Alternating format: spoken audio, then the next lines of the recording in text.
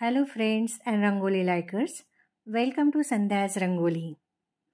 आज मी तुम्हाला सिंपल पोर्ट्रेट रांगोळी काढण्याच्या काही टिप्स सांगणार आहे. यासाठी मी अशा गार्नियरचा वापर करते. ह्या लाकडी पट्ट्या, सूर्य किंवा चंद्र काढण्यासाठी पेपरचा ग्लास किंवा कुठलीही गोलसर वस्तू.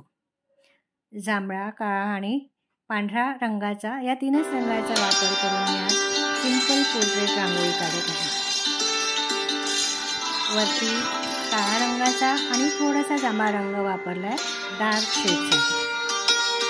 खाली खाली तो करत असताना त्याचा कलर थोडा फेंट येतो. अगदी खालच्या बाजूला जास्त पांढरा आणि थोडासा जांभळा रंग वापरून आपण तो शेड द्यायचा असतो. इथे मी जी लाकडी पट्टी ठेवलेली आहे ती कुठल्याही हार्डवेअर स्टोअरमध्ये तुम्हाला मिळेल. त्याच्यावर मी पकडायसाठी असा छोटासा एक बूट चिटकवलेला आहे, जेणेकरून आपल्याला ती सहज उचलता येईल. शेड्स देताना सरळ सरळ एका लाईनीमध्ये असे शेड्स देऊ नका, जेणेकरून ते शेड्स एकामेकामध्ये मिक्स होतील. त्यानंतर खाली जास्त पांढरा कलरचा आणि थोडासा जांभळा कलर वापरून पाण्याचा रंग द्यायचा असतो. आणि अगदी खालच्या बाजूला काळ्या रंगामध्ये थोडासा पांढरा रंग मिक्स करून जमीन दाखवायची असते. काळा रंग नुसता असा सिंपल काळा रंग वापरायचा नाही. इथे चंद्र किंवा सूर्य काढताना गाळणीने कुठलाही कलर स्प्रेड करून घ्यायचा. त्याच्यावर पेपरचा ग्लास, हलकी वस्तू, जेणेकरून त्या वस्तूचा दाब रांगोळीवर पडणार नाही. त्याच्यानंतर जो आपण शेड दिलेला आहे तो ग्लास भोवती स्प्रे करायचा. परफेक्ट चंद्र किंवा सूर्य असा गोल आपल्याला मिळेल. इथे मी नारळाची झाडं दाखवत आहे. मला वेगवेगळ्या प्रकारची झाडं पण दाखवता येतील. याच्याऐवजी दुसरी झाडं कशी काढायची किंवा तुम्हाला ज्या रांगोळ्या पोर्ट्रेटमध्ये आवडतात त्याच्या काही टिप्स पाहिजे असतील तर कमेंट्स करून सांगा. पुढच्या व्हिडिओमध्ये मी ते टिप्स तुम्हाला देण्याचा प्रयत्न करेन. 2 पेक्षा जास्त नारळाची झाडं काढू नये. त्यानंतर थोडासा पांढरा कलर वापरून साईडने हायलाईट द्यायचा. तुटक दिला तरी चालतो. इथे मी छोटीशी बोट काढत आहे.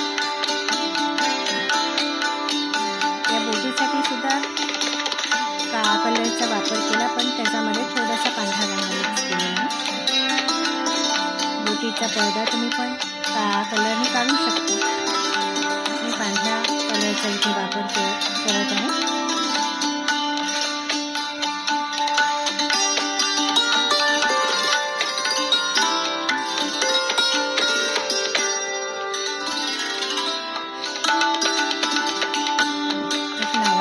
आपण दाखवूया.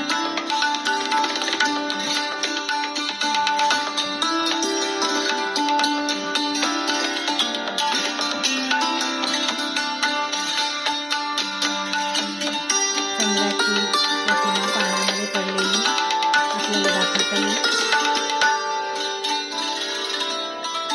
पाणी दाखवण्यासाठी थोडा पांढरा रंग मनामध्ये स्प्रेड करायचा.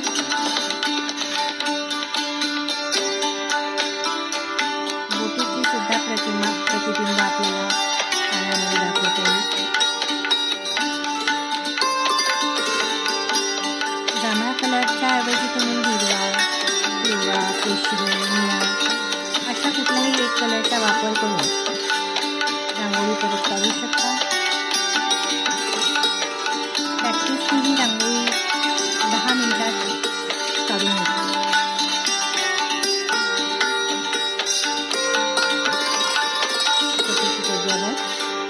आणि हे पक्षी काढताना आपल्या तर्जनीवर अंगठा असा ठेवायचा आहे, त्यामुळे पक्षी परफेक्ट निघतात. पक्षाचा कळ आणि रांगोळीला कोणताही